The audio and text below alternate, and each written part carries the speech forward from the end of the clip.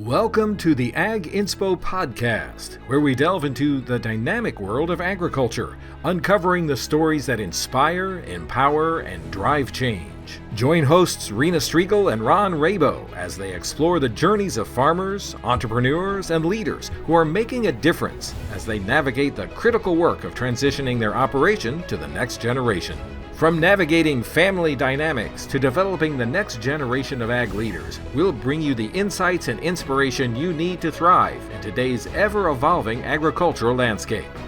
So whether you're a seasoned industry veteran or just starting out, get ready to be inspired, informed, and empowered as we learn from best practices and a few colossal failures on the Ag Inspo podcast.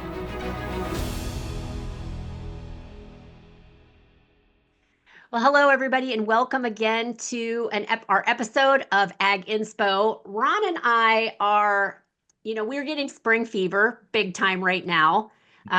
We're recording this on April the 7th, and as of last Saturday, I actually saw a guy planting.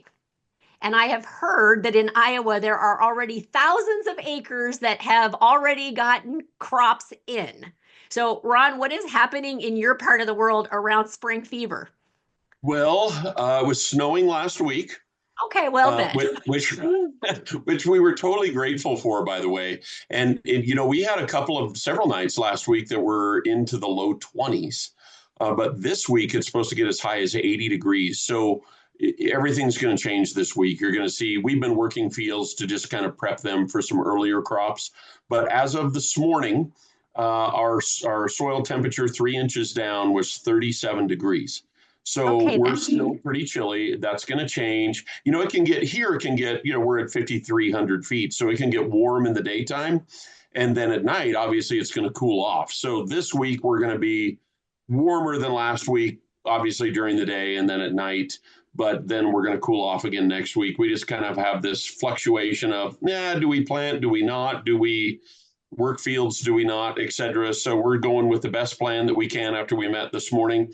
And we're going to hold off until next week to start planting lentils, actually. So that will be the first thing that goes in for us. And we need a warmer temperature to put those in right now. So I think that this week we're going to be fine after we have the weather that we're supposed to have.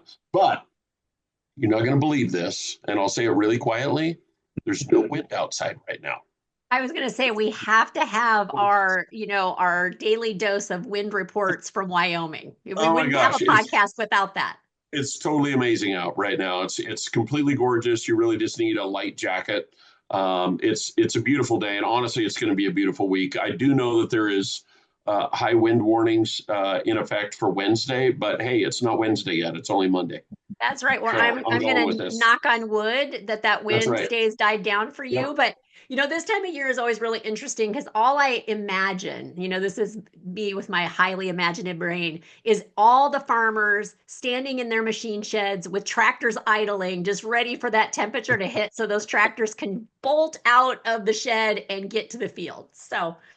But today I'm really excited because we have an amazing guest. Like when we talk about crops health, taking care of crops, and doing that in the most sustainable way we possibly can, I'm really excited to have Jared Brown from Greenfield Robotics with us today to talk about what they are bringing to the marketplace to help with a lot of different things that currently plague farmers.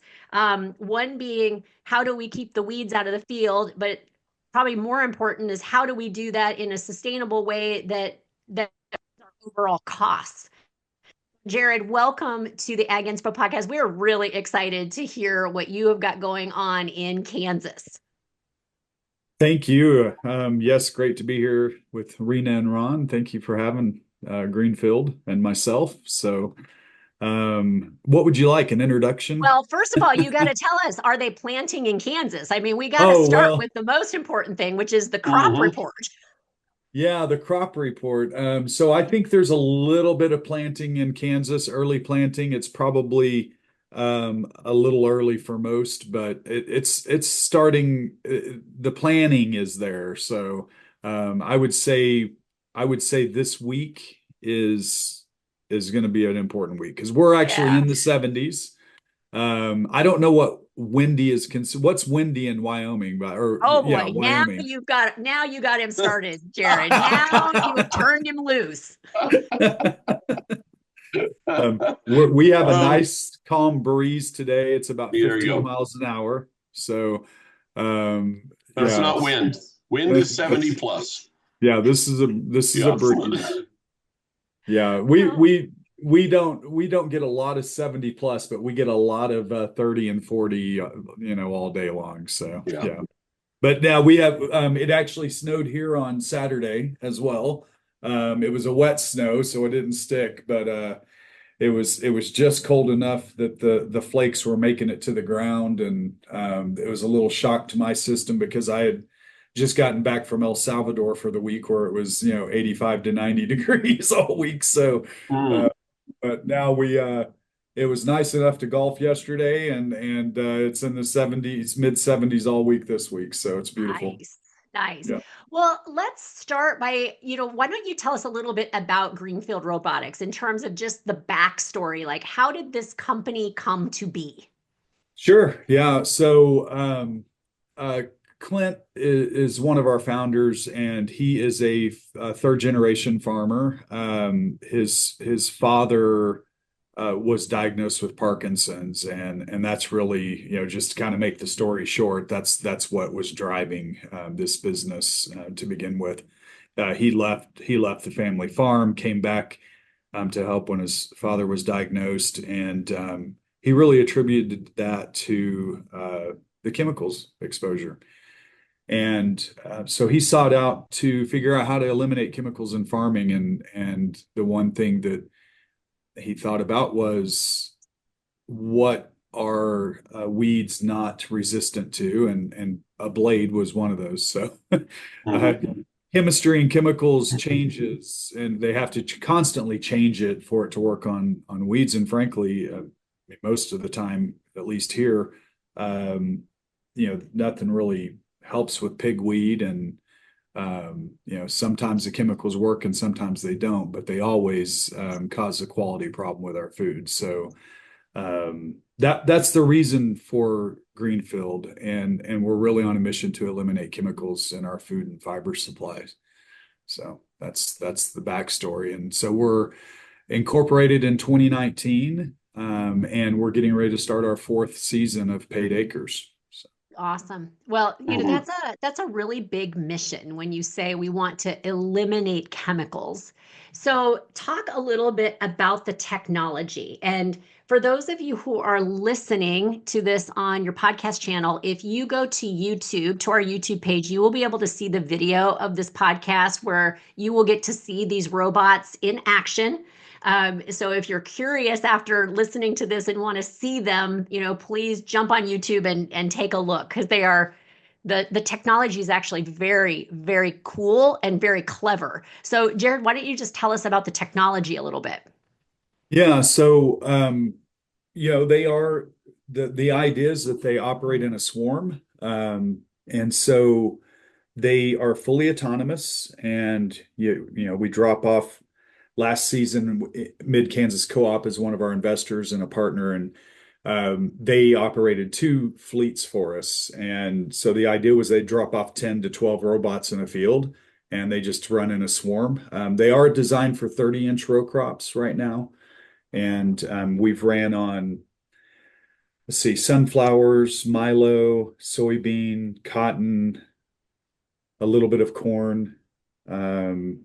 Historically, those are the crops from Texas, Oklahoma, Kansas, Nebraska, and then this year we're going to be in Missouri and Illinois and Indiana. So spreading our wings a little bit. But they are designed for row crops. If you look at most of the technology, specifically in robotics, most are focused in specialty. And there's not really a lot of people working in broadacre crops. And so we're focused there. We have a lot of opportunity in specialty, but we're kind of heads down figuring out the row crop thing right now. But they run on 30-inch rows. They're wheeled, and then this year we actually have a tracked bot too. So we'll probably have both. They're about 24 inches wide. So they go between the rows and they cut weeds. They cut them nearly to the ground level. And the idea is just to keep them in the field running and cutting weeds. That's it. And then this year we'll be running on a reduced number of acres. Will actually be foliar feeding at night. So the idea is that they're going to cut weeds during the day and foliar feed at night. And yeah, so they're battery operated. They run 4 to 6 hours on a charge, and then you do a hot swap. They turn on a dime. They move, 1.5 to 2 meters per second in the field, which I think is around 3.5 miles per hour, and with spinning blades, and don't cut crop down. So pretty advanced. The only robot that I know of anyway that can operate in a fleet situation fully autonomously, without mowing down crop, turn on a dime, and be monitored remotely from any computer internet connection in the world. So when you talk about them like a rotating blade cutting them, and I'm guessing, like, I'm envisioning that's above the surface, or is that below the surface and they're cutting the root? Yeah, it is above the surface. So yeah, we're cutting it at near ground level. It can be adjusted actually. So we can cut them as high as 3 inches tall, or we can cut them right at the at ground level. We're really interested in regenerative farming and not disturbing the soil. And so that's why there's no tillage. We want to maintain that the soil. So we don't only operate on no-till, but that's really our target. Our preference is no-till, or very finely tilled. We can't have real lumpy ground because it is a spinning blade. We don't want to be out cutting dirt clogs and rocks, so yeah, so it is cutting, and in Kansas last year, it depends on the amount of rain and the timeliness and all of that and the weed pressure. But last year we ran 20% of our farms twice. So in most situations, one cutting was fine.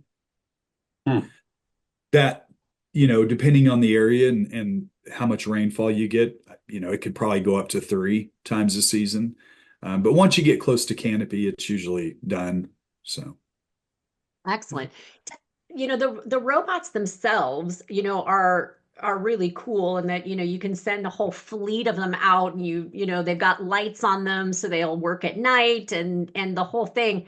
What has been some of the challenges that you've had though of creating a robot that can withstand just the different pitches and slopes and ground, like the ground is not flat in a farm. So right. What has been kind of some of the solutions that you've had for making it so that these robots can make it through the field without getting stuck somewhere?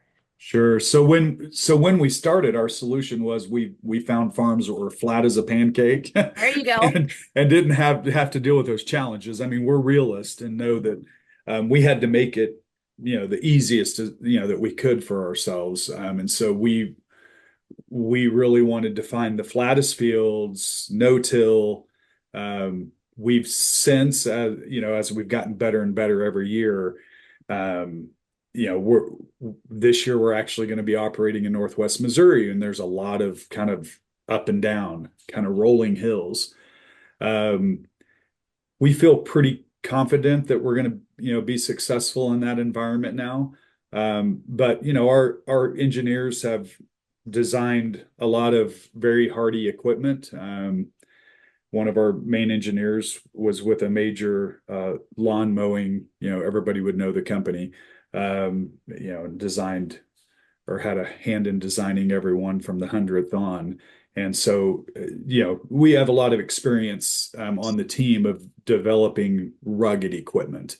Mm-hmm. But the one challenge is, yes, we're working in environments that are dirty and it's windy and it's sometimes a rough field and there's coyote holes and irrigation pivots and tracks, and it can be pretty rough on equipment, and so one thing is we monitor, what's breaking, and then we literally spend our time in the off season trying to break robots.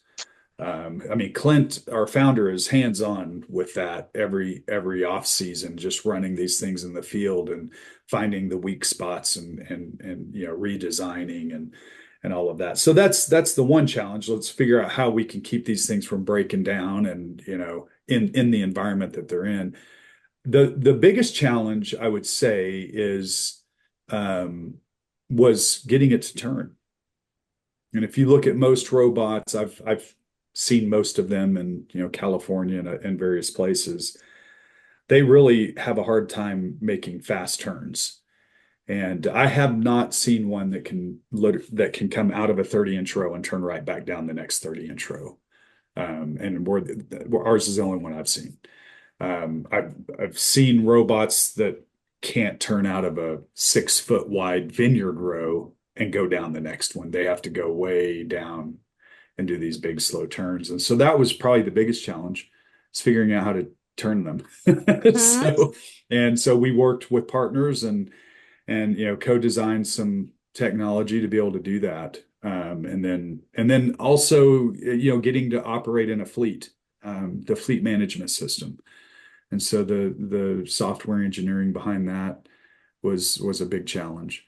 So we feel like now we've got all the really hard stuff, figured out and feel comfortable. Actually, this year we felt comfortable enough that we're actually leasing them directly to farmers and dropping them off for the season, and the farmers dealing with, no one's going to be at the field. They just drop them off in a field and they go. So did I understand from looking at your website that these robots are designed in such a way that a farmer can literally fix everything on them in his own machine shed? Yes. Matter of fact, most everything could just be done in the field. That's the great thing. I mean, our founder didn't particularly like working on equipment.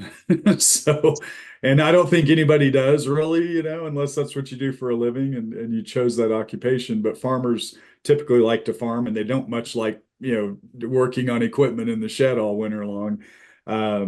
So yes, they were intentionally designed to be easy to maintain, and most parts can be swapped in 15 minutes.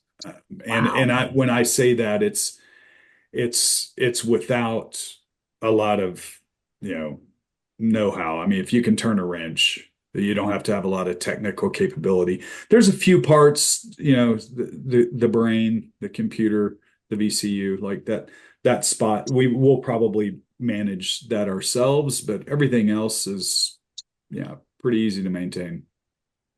So as they're going down the row, are there arms on the robot on both sides, and they're doing 2 rows at the same time?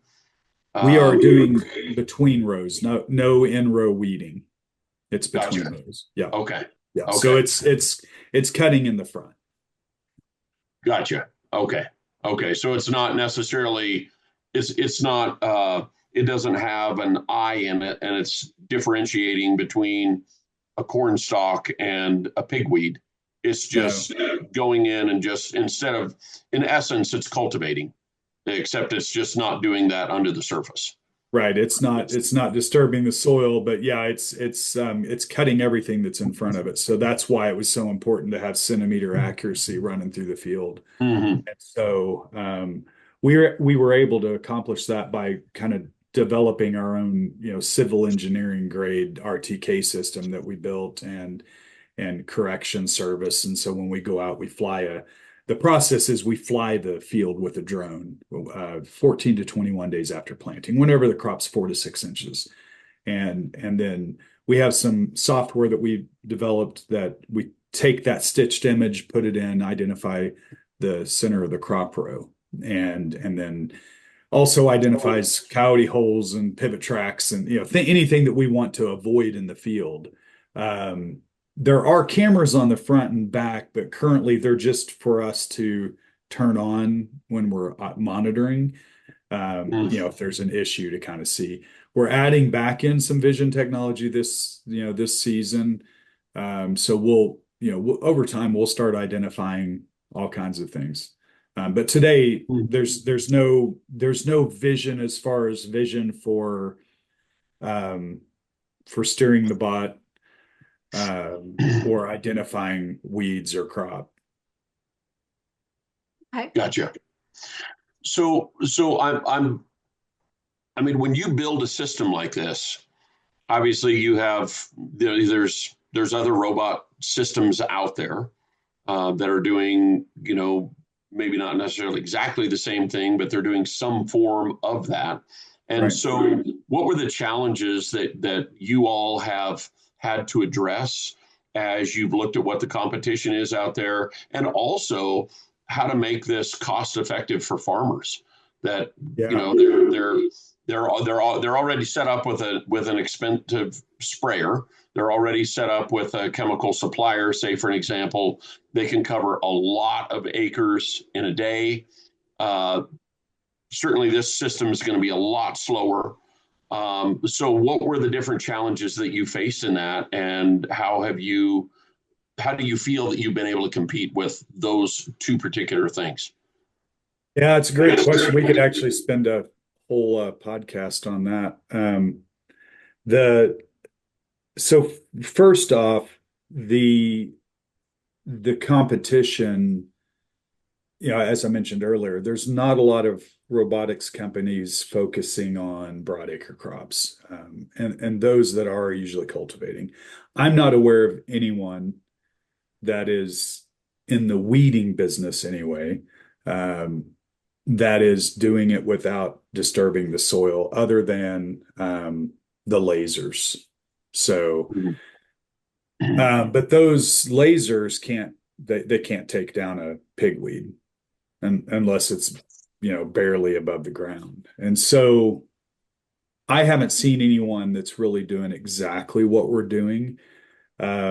If you're cultivating, if you're tilling, then you're not regenerative on you're not considered fully regenerative if you're disturbing the soil.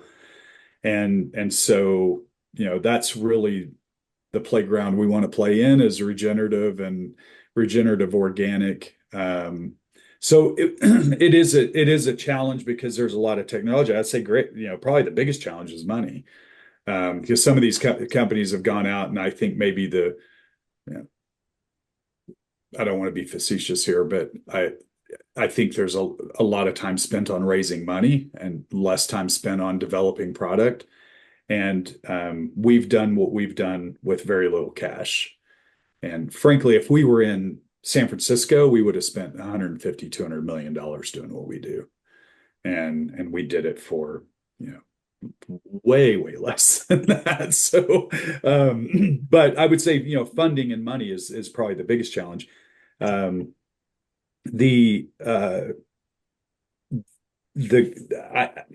guess I don't really see competition as a problem. Agriculture's a massive space. There's plenty of room for everyone. I will say that the large equipment companies, I think, are in trouble.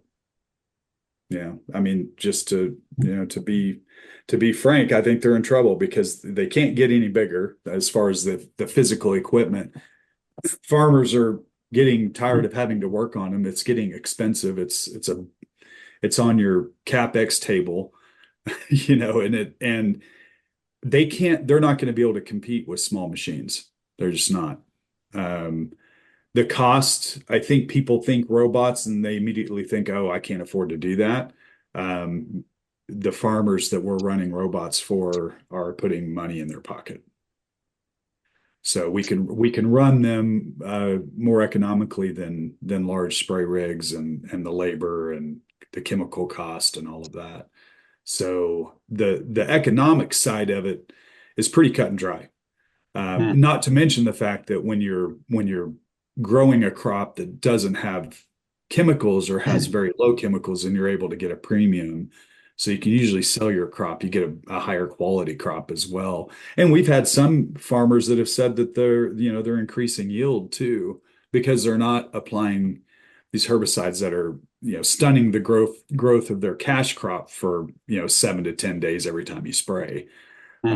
That's a factor as well. So yeah, I mean yes, you can put a large spray rig out in the field and you can accomplish a lot of work a lot faster. But someone has to be on that tractor. It's hundreds of thousands of dollars typically for all the equipment. And some of it's million, you know. And then you've got someone that's on there and you got fuel costs and you have, there's a lot of expense. And you can go out and run these robots for fractions of that cost. Have you sort of determined what the life of a robot is? Like how many years can they run before they either become obsolete or they're just not able to function? Yeah, so we obviously we haven't yet because we're only 6 years old, 7 years old, but it's I kind of look at it like it's like a phone. There's going to be new technology that comes out. There's different software updates and all of that, and so that's kind of why we're not selling them. If we sold you a robot this year, you'd be really disappointed next year because they're going to be better. So that's the reason why we're kind of doing this lease or as a service model. So the farmer can make sure they get the updated technology every season. But to answer the question on how long are they going to last, I don't know, but they're always going to be updated and new for the farmer for now anyway, until we sell them. So not saying it's an irrelevant question. It's not, but because we're not selling them, it's not as relevant of an issue because the farmer's going to have updated equipment. Yeah. And even if we update something in the middle of the season, we should be able to do a very quick update for the farmer. So you're just leasing that fleet of robots to a particular farm to do X amount of acres. And then they're using it on that one-time lease. You're coming back in and you're picking the robots up and moving it to the next farm.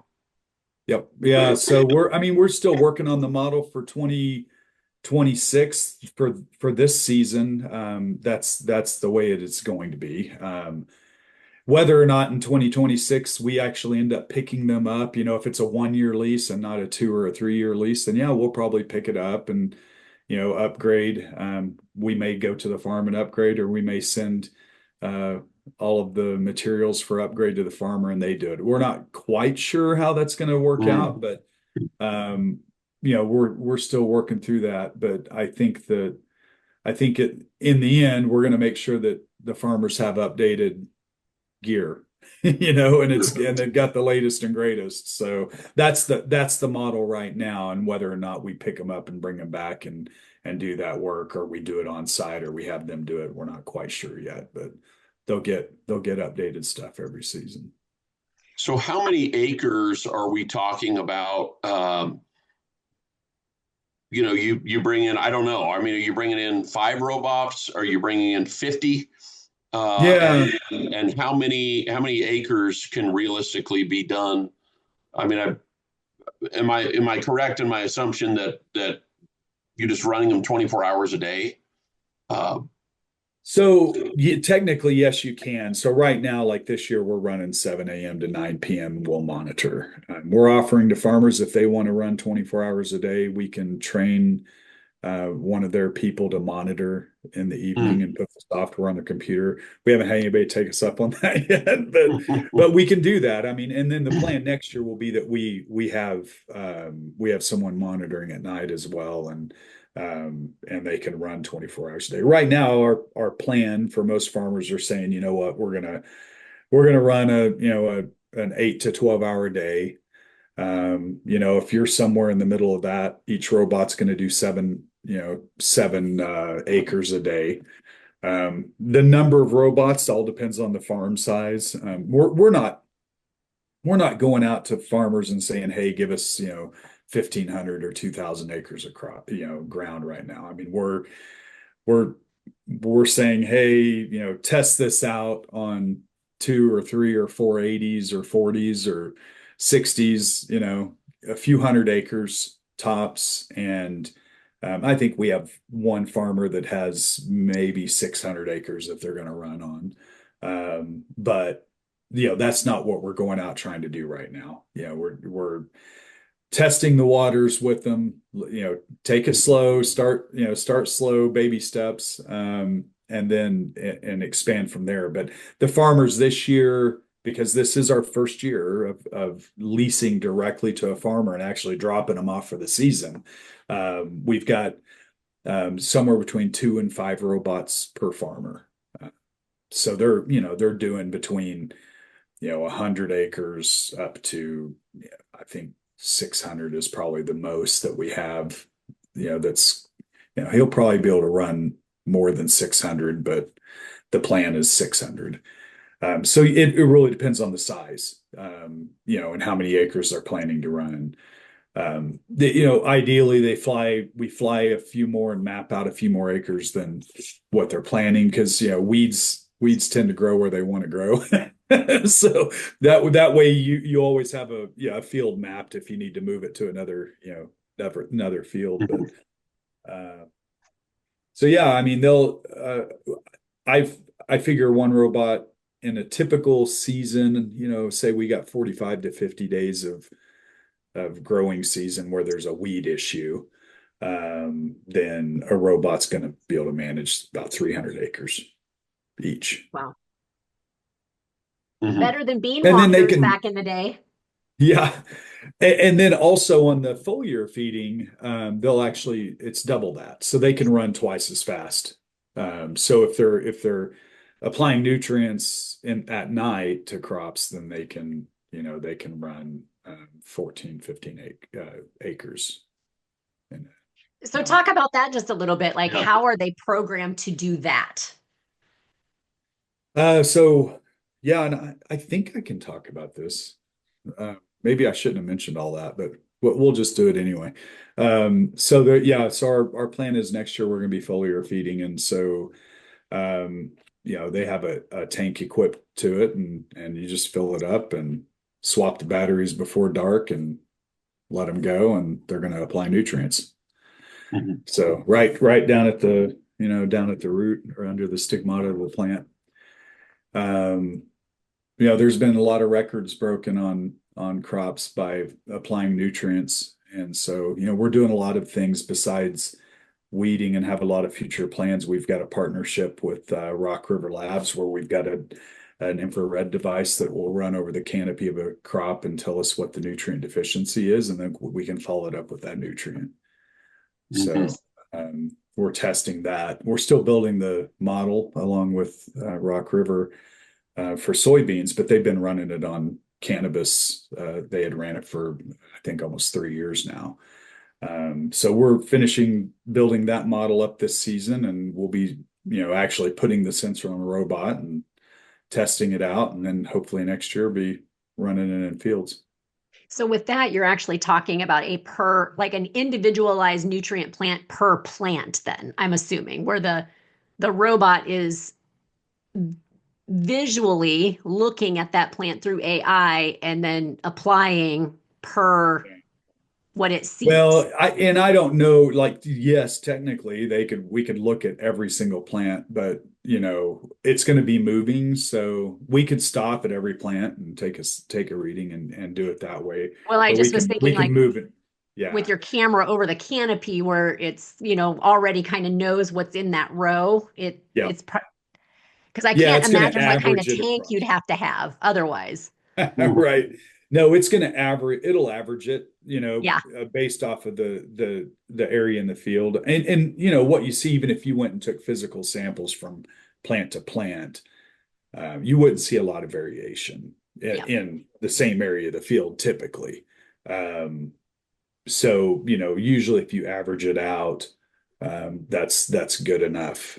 Because frankly, there's not enough, the technology is not quite there yet to get as granular as applying a specific nutrient to a specific plant in the field. The technology is there. It's more the computing power that you have if you're, trying to foliar feed a 300-acre field. Yeah. all of Yeah. those plants. So Yeah. Yeah. yeah. Well, Ron and I have kind of been inundated with the AI technology world this year between the conferences we've attended. And so I think that that's just a really exciting, process that's coming, is that use of AI and getting down to that plant, an individual plant, whether it's a weed or whether it's a crop, to be able to say, what do we need to do to take care of this without doing, full field application of Sure. things. And so it's exciting that these robots, as small as they are going to be able to deliver, two things and have two jobs and not just be a single use machine, which is, I think that's really cool. Yeah, I mean, we're excited about it. I think the foliar feeding is going to, particularly in the regenerative world where people are, looking at other, ways to eliminate chemicals um, and, and but still feed the crop. I think it's going to be a game changer. And then we have some other technology coming out that I won't get into a lot, but for next year, on a limited number of acres, I mean, we've got another machine that's coming out that's going to completely eliminate the need for herbicides. It's going to be a game changer, and I think it's going to be really good for organic. But kind of in a very broad stroke, I can say it involves cover crop. It involves planting into a mulched cover crop and and holding weeds for 50 days on average. And if you could do that, then you're pretty good to go. Yeah. And we've been testing it for 34 years, and it's worked. And so yeah, so I mean, we're super excited. I think that, and that's why I say the large equipment companies are going to struggle to compete, because I mean, we fully anticipate in the next 2 to 3 years, we're going to be telling farmers to sell their sprayers. I mean, that's just the way it's going to be. I struggle to see where they'll be able to compete. I'm not saying that they're going to, tractors are not going to be in existence or anything, but it's going to be really tough to compete. And when farmers get the taste of farming, where they can actually spend time working and trying to grow the best plant they have and not have to sit on a tractor for hours and hours on end, and have more time on their hands, and they're still able to farm, but they're not married to that tractor seat 10 hours a day. I think it's gonna change a lot. Well, it wasn't that long ago that people were joking the fact that farmers were the couch, that they would be able to sit on the couch and run their autonomous tractors and all of this, and run them like video games and never have to leave the house. And I can see how what you all have developed and designed kind of feed into that future a little bit, in that if you can just get them started and you've got 5 hours before you have to change batteries, that is 5 hours that you can go do something else. Yeah. And just have to come back and manage those machines. So I don't know. I think that is a game changer in terms of, sort of that balance between doing something that you love, but also having time for family and community and all the other things that people are very invested in and want to see thrive as much as their fields do. So I think that's amazing. Yeah, I mean, I think it's important, and there's going back to the reason why Greenfield started, was about the illnesses that are coming up because of chemicals. And we talk to farmers all the time. The Clint, our founder, our CEO in London, we all, we're talking to farmers all the time, every day.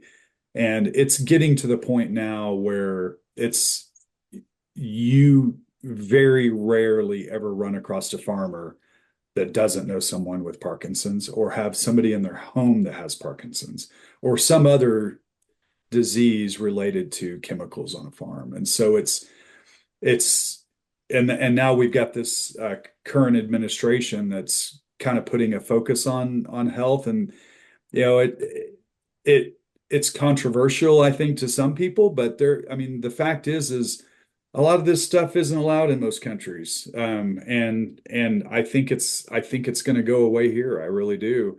And we shouldn't have to eat food that has that stuff in it. And we shouldn't have to wear clothes that has it in it. And that's really where Greenfield is wanting to take things. And I think this is I do think it's the future. So beyond the fact that we're giving farmers more time on their hands, we're giving people better quality food that's not laden with chemicals. So, well, it sounds like you're already several updates into the future in terms of what your robots will be able to do. You've kind of shared two. What is your overall like goal? I mean, obviously, I bet you've got a BHAG on the wall that says get rid of all chemicals, but in the near term, in that 5-year picture, what is it that Greenfield is hoping to have accomplished? well, I think that is one, to be able to provide a machine that will do the end to end, like what we've discussed. Now, when I say end to end, I don't think we're ever going to get into harvesting. So I think we might draw a line there. I shouldn't say never, but that's not in the plans. But outside of that, I think, in the next 5 years, we will be end to end. And we will have already expanded, into specialty and other applications. I mean, we've tested in vineyards and orchards and a lot of different types of crops. And actually, this year we're running in, I named sunflower and milo and corn and cotton and soybeans.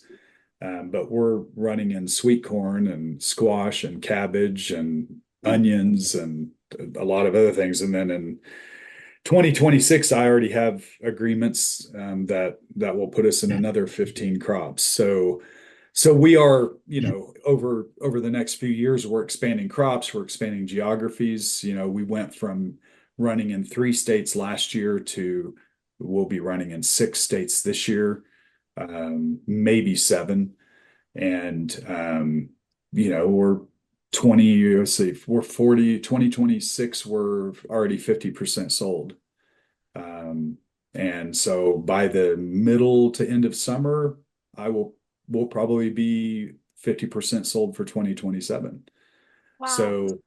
So I mean that's where we look to be. And also I think beyond the work that we do in a field, we fully anticipate the Greenfield name being associated with quality food and ingredients. And so I kind of see it almost as a sub brand, that when you see Greenfield, you think chemical free, whatever it is, chemical free anything. The cotton, the food you're eating. We've had this relationship with Canada and their supply chain, to provide low chemical ingredients there, and fully anticipate that we'll continue doing that in other food brands in the future.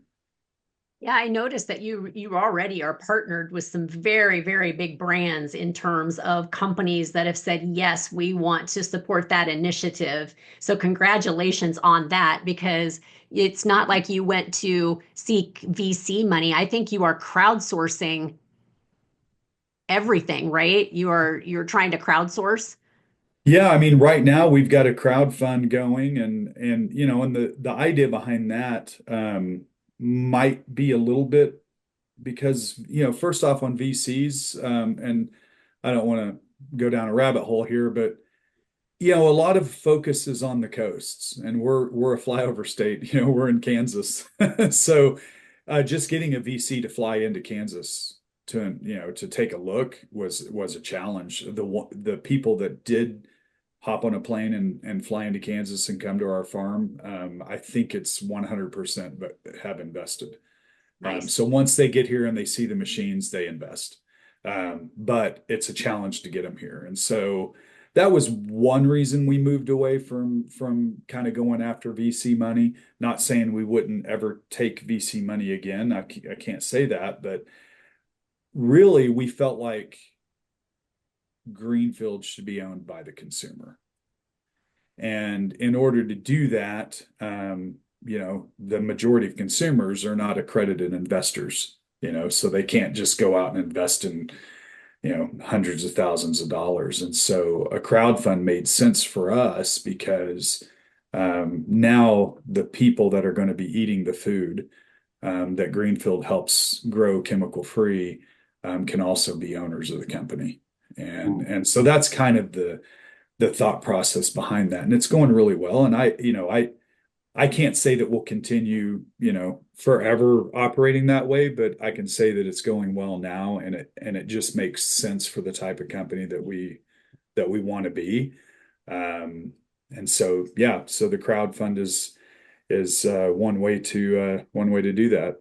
So I love that model simply because it does allow yet another connection to the consumer, to the farmer, and the farmer that is partnering with you to use robots has a really cool, unique way of demonstrating to the consumer that they're trying to make the best decisions possible to produce super healthy food.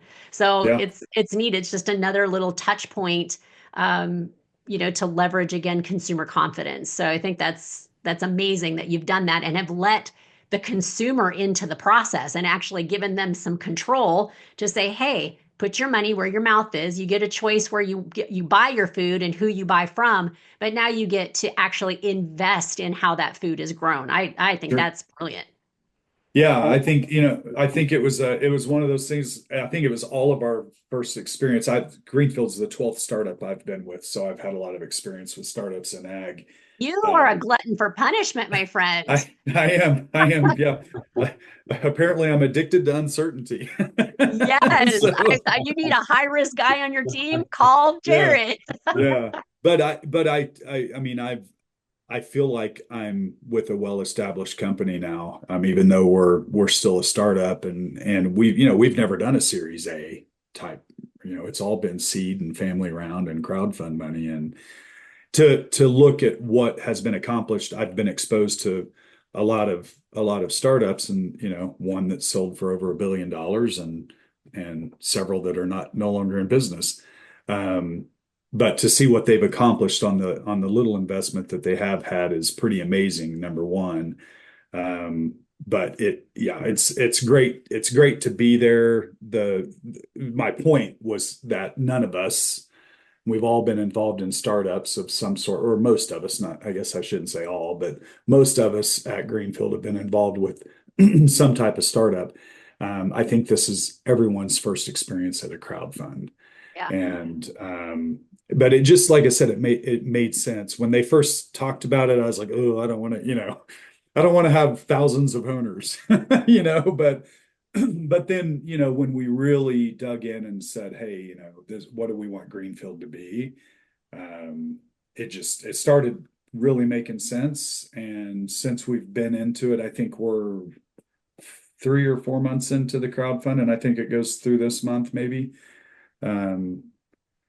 It makes sense. So yeah. Well, I love reading on your website, like just people. So whoever is handling all those questions that are coming in on your website, like thumbs up to that person. But the questions that are coming in, the very thoughtful responses, and then to see people posting, hey, just invested, it is, and to see that excitement just in that piece of your website, it was very, very fun to read that feed. And you see everything that was happening. I'm glad you read it, because I'm one of the people that gets to respond to everything. Not everything, but we have a bunch of people.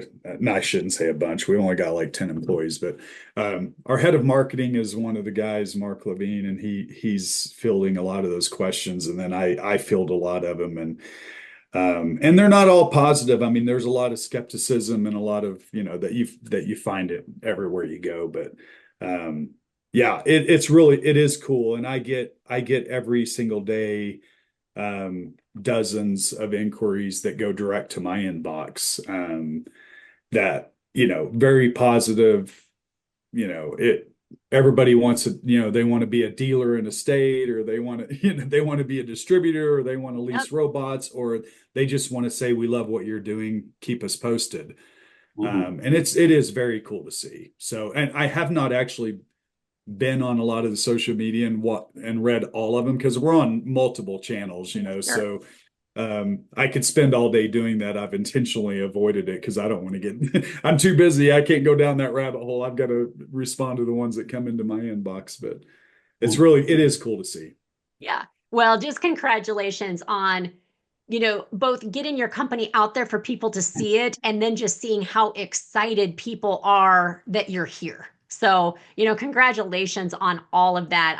I sincerely hope that we will get a chance to talk to you in a year and just see where you're at and what you're doing and what in just that short period of time you guys have been able to develop and get out into the world. I'm just super excited for you and where you're going. So congrats on all of it. Thank you. Thank you. I wish I could take credit for it, but I'm just a small piece. If folks want to partake in that crowdfunding, can they go to the website? Are you guys using a particular crowdfunding platform to do that? Or how can folks get engaged? Yeah, so you can just go to greenfieldrobotics.com and find your way to the crowdfund for sure. Or anything else. I mean, there's tons of videos. I think, Rena, you mentioned the YouTube videos before, but if you go to YouTube, you can see tons of videos as well of the robots running in fields at night and daytime, and so there's a lot to look at. And actually, if you go to the website, it'll take you to the crowdfund as well as a lot of those videos for information. Yes. Yeah. Well, this has been an amazing conversation, but is everybody ready for a little trivia? I know you all get so excited about this part of it. I'm ready. Oh, yeah. Okay, so my questions today have to do with ag tech and regenerative farming. So we're going to start with the regenerative farming question first. So there are currently approximately 900 million acres of farmland in the U.S. What percent of those acres are farmed regeneratively? So what percent of 900 million acres do you think is being farmed regeneratively today? It's under 5. I think it's under 1, but I gotta say, I think that answer is under 1%. 1.5%. Oh, okay, yeah. I'm surprised it's over 1, honestly. I knew for a fact it was under 5, but yeah, no. Well, there is currently a thing called the 100 Million Acre Project that is trying to get 100 million acres in regenerative practice by, I think, the end of 26, I think is what I read. So there's definitely a big push. And of course, there's some really amazing organizations that are out there trying to educate farmers about how to do it and the benefits of it. So I don't know, maybe in a year or so, especially if we've got some robots, we might really see those acres climb. Okay, so this one kind of blew my mind. So how many dollars will be invested in ag tech in 2025? So how many US dollars? So this is just dollars in the US being invested into ag tech. Ag tech in general. Ag tech in general. That's a great guess. A great question. It will definitely be a guess. So just in 2025. In 2025. So I'll give you, it can either be less than 20 billion or more than 20 billion. I'll help you narrow it down. More than 20 billion. Yeah, more than 20 billion, like way more than 20 billion. It's actually 15 to 18 billion, but what I thought was really cute is 14 billion of that is going to be in robots. Huh. Interesting. I would have thought it would have been substantially more than that, actually. Yeah, I would too. I kind of wonder how they segment that industry out and what they consider ag tech.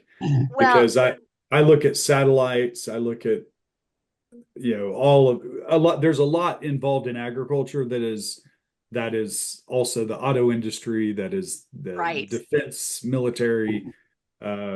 So yeah, anyway. Well, Google is only as good as the question that you ask. And when you say how much is being invested in ag tech in 25, and it says this much, you're like, okay, that's probably not the real answer, but that's what we're going to go with. I always quantify that all of my answers are from Google. So take it. There you go. Jared, thanks for being with us today. Oh, thank you so much. It was great being with you guys. Rena, Ron, enjoyed it. Thank you so much. And please pass our best wishes on to everybody down there. We will look forward to seeing your first field day. I can't imagine how many people are going to show up at that, but I bet it's going to be epic. So we probably need to limit it. So yeah, just all the best for your year this year. And we will be watching you, and hopefully we'll get a chance to talk to you in another year or so just to catch up. Can't wait. Thank you. Thank you so much. All the best. All right, bye-bye. You've been listening to the Ag Inspo podcast with Ron Rabou and Rena Striegel. Find Ag Inspo on Transition Point Business Advisors or Farm Journal's YouTube channels, as well as anywhere you find your favorite podcasts. For more information about today's guest or the resources referenced today, please see the show notes listed below. Join us next time when we will meet another inspirational leader who has taken those small steps to bring about really big change.